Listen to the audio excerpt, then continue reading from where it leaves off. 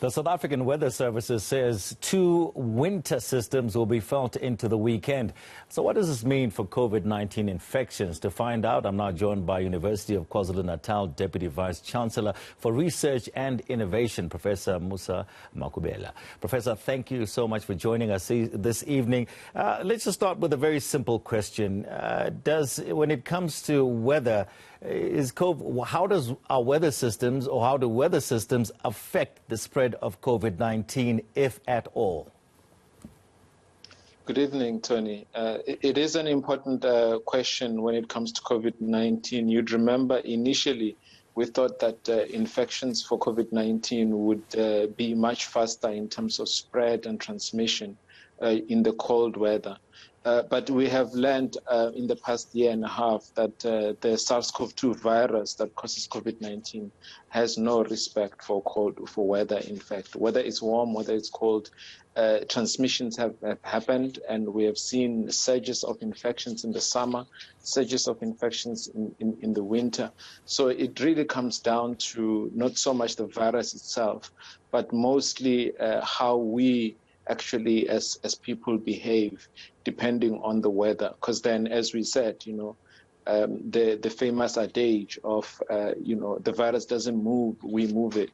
And also now that we know that when it comes to ventilation and closed spaces, the virus tends to spread faster, especially with the Delta variant, which is highly transmissible, especially indoor. It becomes really problematic in the cold weather when people begin to cluster.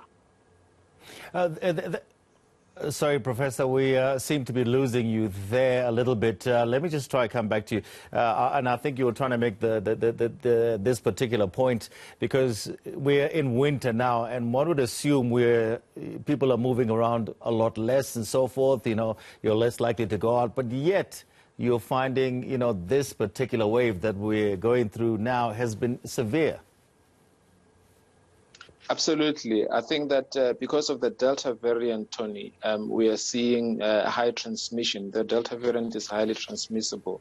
But it's not so much the weather itself. I think what happens is that when the weather gets cold and we cluster indoors, and when we are indoor, we know that the aerosols that happen when we breathe indoor are the ones that are real, especially when there's poor ventilation, are the ones that really create conditions for easy spread of the virus. So this is where I think it becomes really important during extremely cold weather.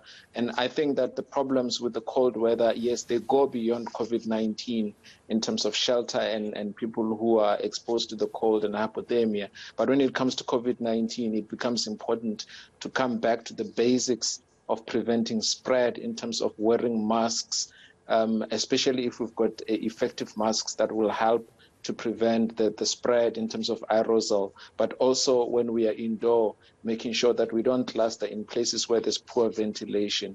If that happens, then we are likely to see the spread, especially because this 2 systems cold weather is going to run across the coastal regions, and that's where the spread is currently happening at the moment.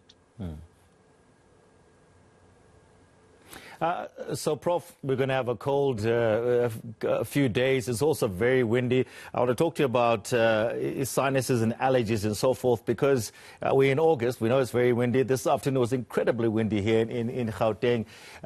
Talk to me about at which point, I have sinus issues. At which point do I say to myself, you know what, these are COVID symptoms, and, or this is just the normal symptoms I usually have when a little bit of dust hits my face?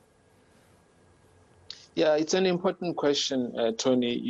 Earlier on with COVID-19, it seemed like we were clear in terms of what are the main symptoms that are suggestive of COVID-19. But with the new variants that we have encountered, we've gone beyond that. So what we are seeing at the moment, even with the Delta variant, that actually the symptoms are very similar to your standard allergies and cold symptoms. The issue here is really in terms of persistent symptoms. I mean, for now, most people that we see, a lot of patients that we see, they basically have some symptoms, they test, and all of a sudden they are COVID positive with COVID-19. It's about having a high index of suspicion. For people who have not vaccinated, who are having regular sinus symptoms and so forth, yes, they may be familiar with their typical symptoms, but if symptoms are atypical, it will be good to test. In my view, I think it's better to take more precautions than to wait until things complicate. For people that have just vaccinated, we advise that if symptoms persist beyond 24 to 48 hours after vaccination, it's important to consult a doctor. So I agree with you that it will be a problem when people begin to have a lot of typical symptoms, but the Delta variant has shown that it can present with any symptoms, including your typical cold symptoms. So I would suggest that people are on the side of caution rather than wait until they complicate. Here's a tough one. Should the authorities then maybe change tact a little bit in terms of strategies in periods like this where, the weather does change? Not so much. I think that in general, the demand for testing, it does affect, how we do testing. In general, during the weekends, testing tends to decline. If the cold weather really goes into the coming week, deeper into the coming week, we might actually see an increased demand for testing. So I think that the authorities have to prepare for that in terms of increased demands and make sure that they've got different modalities and they've got services available and they've got staff available to actually absorb the demand for testing as people have more symptoms. And then we might actually also see that the positivity rate might decline if those people who are testing are not necessarily having COVID. But then I think for the coastal regions, coastal provinces, Western Cape, Eastern Cape and KZN, that's where we might actually see some sort of increased demand for testing and increased cases that are being picked up. But the cold weather will really muddy the waters a bit, but it's better to be prepared for the demand in testing rather than get caught unprepared. Okay, Prof, away from the weather, just a quick one here. Why on earth are men not testing as much as women at the moment? What's your take on that one? Yeah, I think, Tony, we've seen it with HIV. We see it with other healthcare conditions. The health-seeking behavior of men is not in keeping with the kind of services that require for people to go to health services. Men do well when you test them where they are in communities, at workplaces, or if you vaccinate them where they are in communities and workplaces and in their homes. You improve health-seeking behavior and uptake of healthcare for men when you use different strategies to what we are used to. And we have seen this, for example, in Limpopo. They are doing pretty well because their strategies have moved out of hospitals and clinics. They are basically going to where people are.